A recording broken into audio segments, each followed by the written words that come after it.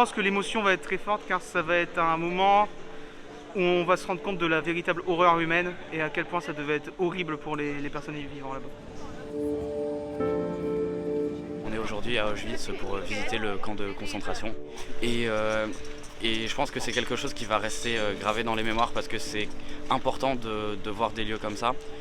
Et c'est très important surtout de se souvenir parce que se souvenir c'est la première étape pour ne pas reproduire les erreurs du passé et essayer d'être une société meilleure que ce qu'on a pu être au passé.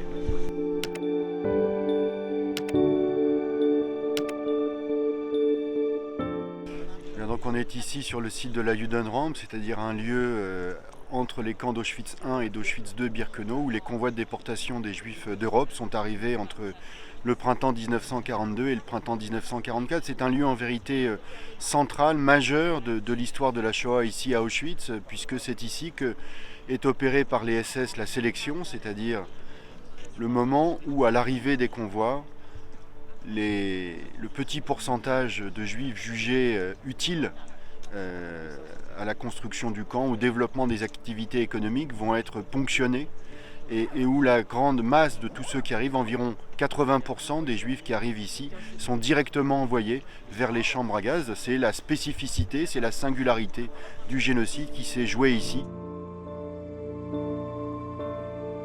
Alors nous sommes devant les chambres à gaz et les fours climatoires et j'avais pas cette vision-là des camps d'extermination. On devrait même pas dire camps d'extermination, c'est des centres de mise à mort. Les gens ont passé ici moins de temps que je passe actuellement ici et que ça me chamboule un peu. Dans mon imaginaire, c'était moins industriel, moins fabrique.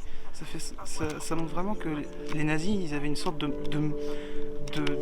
main sur la vie des gens comme ça.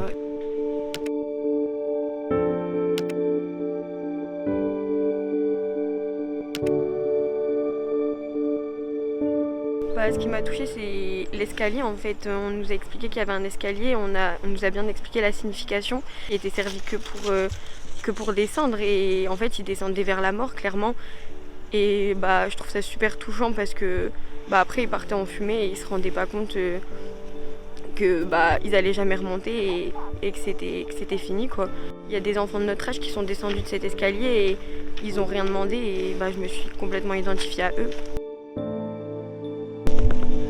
Arrêtés ici, à Auschwitz, dans ce complexe qui incarne à lui seul l'horreur du centre de mise à mort créé.